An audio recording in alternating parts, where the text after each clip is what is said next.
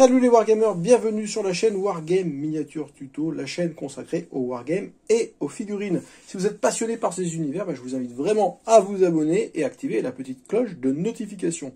Aujourd'hui, on va parler de cette résine, la résine Warhammer qui a été développée par FauxHammer. FauxHammer, c'est une chaîne YouTube assez connue des Wargamers qui pratiquent notamment Warhammer 40 000.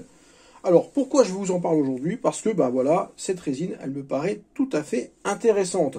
Je suis tombé dessus un petit peu par hasard en me baladant sur Facebook et j'ai contacté directement la marque tellement les promesses étaient importantes. En gros, avec cette résine, je peux faire des impressions de qualité professionnelle avec des figurines flexibles, quasiment incassables et de la qualité d'un plastique. Alors là, je vous dis, mon sang n'a fait qu'un tour, j'ai tout de suite pris mon clavier, je leur ai écrit un mail et ils ont été très très sympas de m'envoyer cette bouteille afin que je puisse tester cette résine miraculeuse. Alors, est-ce qu'elle tient ses promesses ou pas? Déjà, je vous invite dans un premier temps à regarder un petit peu quelles sont ces fameuses promesses.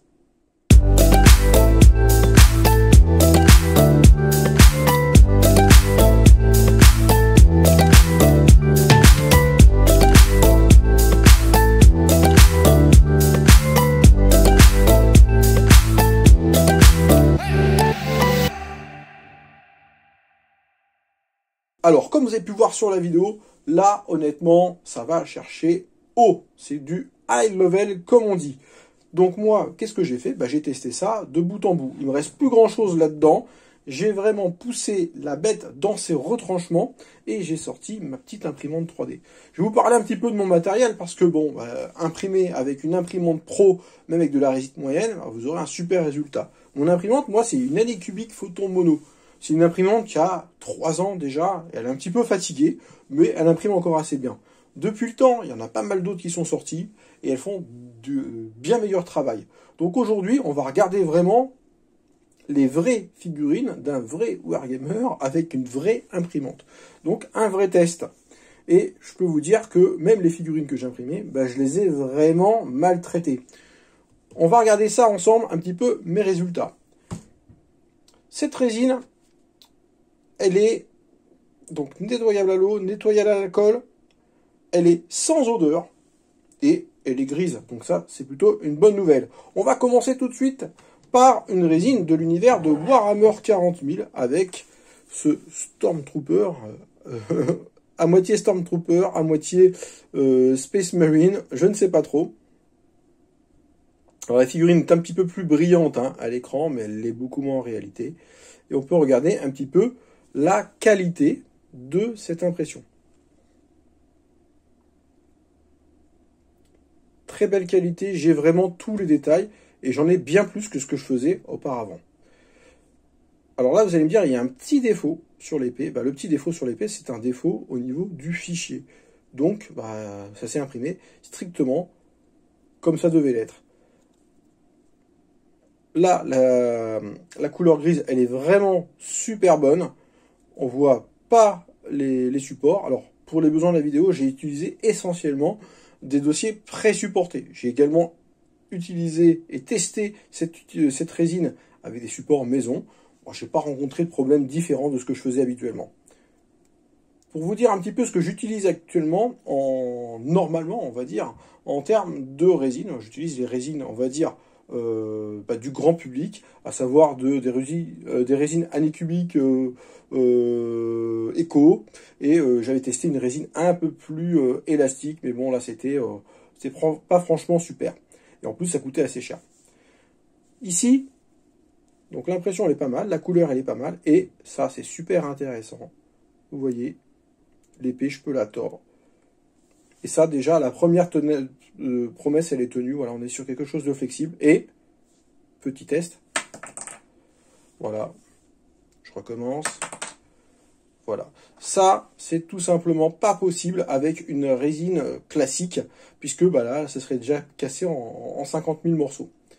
Petite démonstration de ce que je vous dis pour vous dire que je ne dis pas des bêtises. Ça, c'était une figurine que j'ai imprimée il y a quelques temps. Et vous voyez, c'est du napoléonien. Et ça va vraiment parler au genre historique. Le napoléonien, bah, il y a toujours des fusils qui sont hyper fragiles. Et quand on imprime en 3D, malheureusement, bah, c'est ce qui casse le premier. Celle-là, elle est tombée tout simplement dans mon étagère. Et vous voyez, je suis vraiment dégoûté parce que j'avais fait un beau travail de peinture. Et bah voilà, le petit fusil, il est venu se casser. La pièce, je l'ai perdue. Je suis vraiment dégoûté. Donc ce que j'ai fait, bah, je l'ai imprimé, la même, avec cette nouvelle résine. Et la voici. Donc c'est strictement la même, hein, vous avez vu, la même échelle, même figurine. Et là, on va la tester un petit peu. Et oh surprise, ce qui casse en premier, c'est-à-dire la baïonnette, bah, vous voyez, je peux la tordre quasiment jusqu'au chapeau. Alors, c'est flexible, mais c'est pas du caoutchouc, donc ça veut dire que bah, si je la tords vraiment beaucoup, bah, à un moment, ça va rencontrer son point de rupture et ça va vraiment casser. Donc là, on va dire encore un point positif. On refait le même test qu'avec le Stormtrooper. Et vous voyez que la figurine, elle est nickel. Alors, vous allez me dire, ouais, mais elle coûte combien cette résine? Super. Bah, cette résine, elle coûte quasiment 2 fois plus cher qu'une résine normale. Là, on est à peu près à 60 € du litre. Alors, vous allez me dire, ouais, c'est super cher, 60 € du litre. Ouais, mais 60 € du litre, une fois que vous avez peint votre figurine, que vous l'avez soclée, que vous l'avez mis dans votre étagère et qu'elle est cassée, ben franchement, moi, j'aurais préféré mettre 60 € dans une résine de qualité pour faire cette figurine, que j'aime beaucoup, plutôt que de bah, voilà, rester sur une résine classique et avoir une figurine au final qui est cassée et être vachement déçu par ça. Donc ça, c'est une seconde figurine, on va dire, de démonstration. J'ai continué quand même mon travail d'investigation avec des trucs encore plus fins. Et là, je me suis inspiré des fichiers qui étaient de démonstration du dernier Kickstarter de March to Hell. Ah non, c'est 3D Bride, c'est pas March to Hell, c'est John or Die. Et là, on est sur des radios. Alors ça, c'est les deux fichiers hein, que vous pouvez trouver gratuitement sur leur site. Hein. Et ils sont pré-supportés également. Et là, vous avez vu, on a quand même pas mal de pièces qui sont très fines. On a l'antenne radio. Alors ça, l'antenne radio, autant vous dire qu'auparavant, c'est des choses que je n'imprimais pas du tout. Et le bout du fusil. L'antenne radio, ben, je vais vous montrer un petit peu ce que ça donne. Voilà, je l'ai. Et je la tords dans tous les sens. Et en la tordant dans tous les sens, ben, elle ne casse pas. La figurine, je peux la lâcher. Voilà, elle ne casse pas, que ce soit pour l'américain ou pour l'allemand, qui est tout aussi solide. Pour autant, j'ai poussé encore plus loin. C'est-à-dire que cet américain, je l'avais déjà imprimé une fois. Alors ici, vous voyez, elle n'est pas super bien nettoyée, parce que j'y suis allé comme un bourrin. Je voulais voir vraiment si c'était costaud. Et dans la machine, lorsque j'ai retiré les pré-supports, eh ben, j'y suis allé un peu fort. Et vous voyez bah, que ça casse quand même. C'est pas indestructible non plus. Et donc les plus petites pièces, tant qu'elles ne sont pas polymérisées, eh ben, elles sont quand même assez fragiles. Pour autant, ben voilà, la figurine, elle est quand même assez costaud. Et pour des joueurs de wargame, je trouve que c'est tout simplement excellent. Alors là, on a vu un petit peu les figurines. Maintenant, on va regarder un petit peu les véhicules, parce que les véhicules, aussi, c'est sympa d'imprimer des véhicules en 3D, mais des fois, on est un petit peu déçu. Alors là, j'ai imprimé un petit véhicule italien. Alors ça, c'est simplement du Thingiverse. Il n'y a rien de compliqué là-dedans. Il est en 3 parties. Tac. Moi, ce que j'aime beaucoup, voilà, c'est l'aspect, c'est le rendu mat, très pro, très proche d'une figurine en plastique. Et donc, voilà un petit peu le résultat. Pour autant, cette résine, elle ne va pas rattraper vos erreurs d'impression.